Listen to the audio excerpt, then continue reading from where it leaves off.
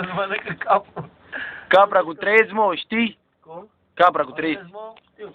Ia zi. Avem baba 3 buzarii. Nu mai știu. Că tare știi. Ce spărate, Joey, mă. Filmezi, mă, acum? Nu, mă. Ia filmează-mă, facem un de la un mini reportaj. Pregătă despre șantierul nostru. Hai, gata. Bună ziua, asta era Luca Mâine. Era Luca Mâine, cu ce pula mea și mechen? Stai când vă vine în cadru. Sunt la Luca Mâine, și vă prezint cea mai mare panoramă și curvă de tot șantierul. Mr. Juve. Iar să-i muiam. Nu, da, tras la față că ta plac, deoarece azi aflat că de mâine nu mai avea loc de muncă. Pare foarte rău, domnul Ger. Aveți un loc lângă conservaș. La 2 metri jumate.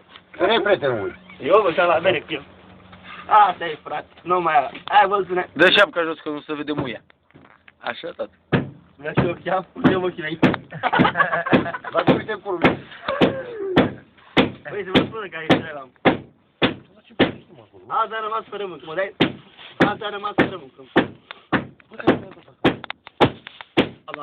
Poate ne aleargă ăștia în pula mea să ne dea amenzi. Până acum am luat 800 pe zi. Și ai văzut cât este? Ia taci, mă, drept, pula mea, de gustul drept.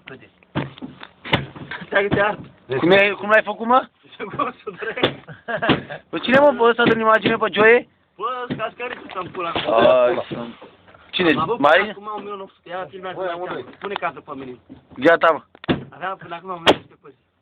Acum sunt 2 milioane. Dă-mă afară. Că te-am puțin 2 milioane afară.